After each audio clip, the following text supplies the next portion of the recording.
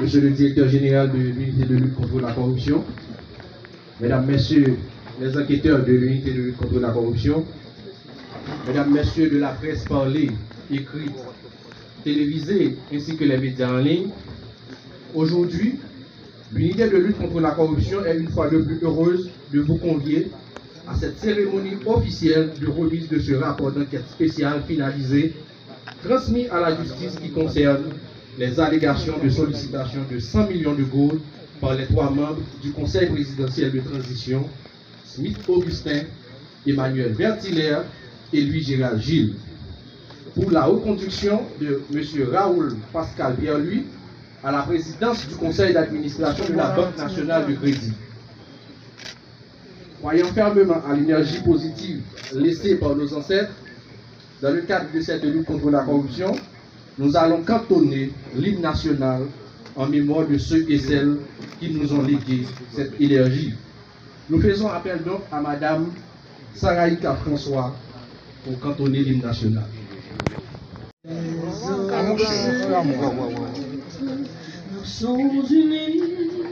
Nations unies, dans nos rangs, point de traître, du sort, soyons seuls maîtres,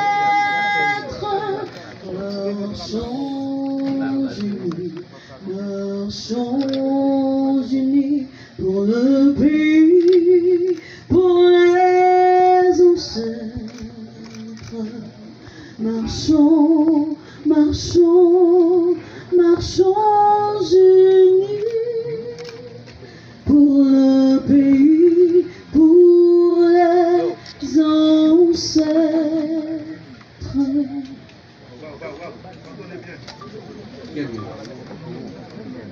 Mesdames, Messieurs, rapidement, on va entrer dans le plein fouet. Aujourd'hui, conformément à l'article 9 du texte créateur de l'ULCC, le directeur général invite la presse dans le cadre de la publication de ce rapport d'enquête. À présent, accueillons le directeur général de l'ULCC dans ses propos de circonstances. Mesdames, Messieurs de la presse parlée, écrite, télévisée et en ligne.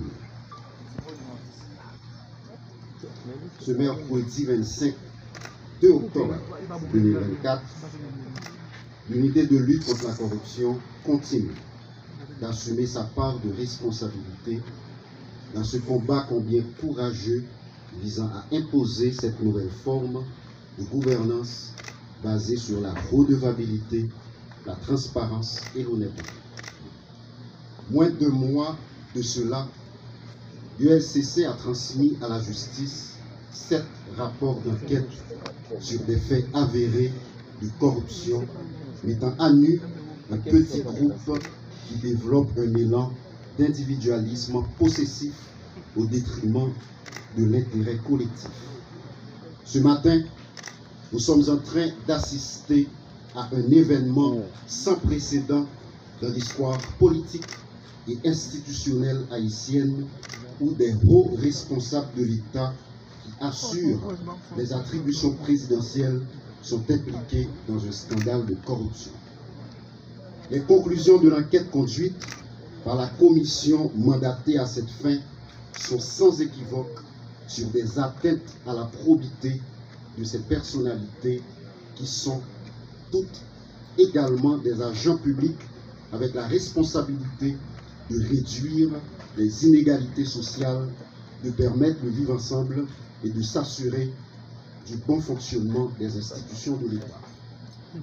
L'ULCC, se conformant à sa mission légale, a mené une enquête impartiale, crédible et fiable sur cette affaire de corruption impliquant 3 membres du Conseil présidentiel de transition et l'ancien président du Conseil d'administration de la Banque nationale de crédit.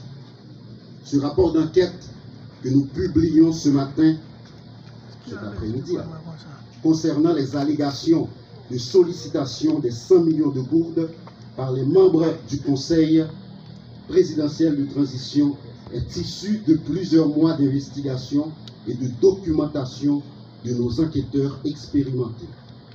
Ce travail effectué avec un élan d'objectivité est aussi un plaidoyer pour la bonne gouvernance et l'usage strict de l'intégrité de la gestion de la chose publique. L'ULCC se trouve encore à ce carrefour historique en fonction des enjeux et de l'ampleur des grands dossiers à scandale qu'elle conduit. Cette institution qui détient cette noble charge de moraliser l'administration et la vie publique en général, de protéger les biens publics et collectifs, répondra toujours, sans moindre doute, à ses rendez-vous avec l'histoire. Définitivement, toutes celles et tous ceux qui gèrent les fonds publics ou qui occupent une fonction à forte influence ont désormais des comptes à rendre à la nation. Ce changement de paradigme est en résonance avec les objectifs de cette période intérimaire insérée dans le décret du 10 avril 2024 qui insiste sur des réformes profondes et considérables en vue de proposer une nouvelle forme de gouvernance axée sur le sens profond du service public. Enfin, nous réitérons une fois de plus la demande d'un traitement judiciaire des rapports d'enquête, c'est-à-dire des verdicts des tribunaux et cours du pays. Je veux rappeler que les juges sont appelés à décider en toute indépendance, en priorisant l'intérêt général, en s'efforçant de résister aux forces occultes détentrices d'avoirs importants issus des actes de corruption qu'ils sont tenus de réprimer. L'ULCC demeure une grande alliée de la justice et travaille pour la justice. Chaque journaliste ici présent sortira de ces lieux avec un résumé exécutif de ce rapport d'enquête, comme me l'autorise l'article 9 du décret du 8 septembre 2004 créant l'ULCC.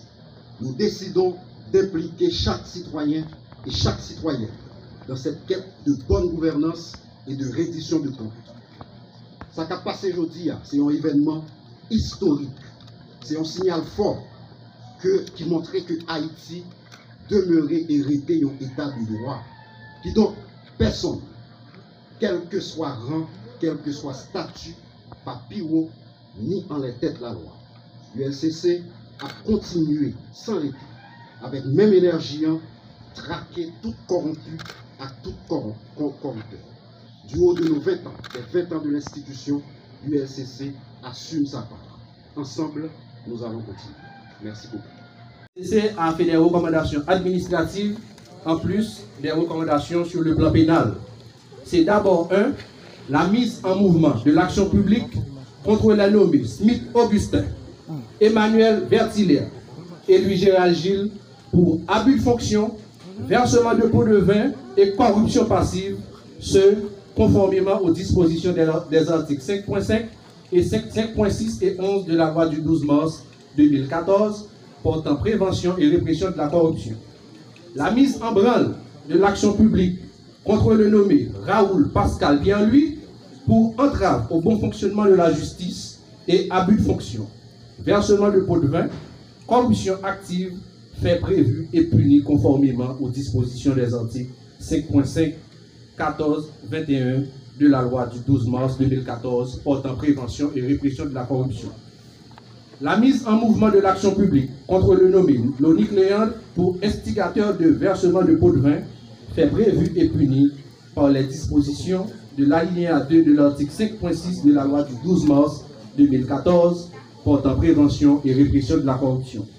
La demande d'extradition du nommé Raoul Pascal Pierre-Louis par l'autorité judiciaire compétente pour répondre de ces faits, ce conformément aux dispositions des articles 14 de la Convention interaméricaine contre la corruption, 43 et 44 et suivants de la Convention des Nations Unies contre la corruption, du traité d'extradition entre Haïti et les États-Unis d'Amérique et l'article 1er de la loi du 14 décembre 1912 sur l'extradition des criminels fugitifs.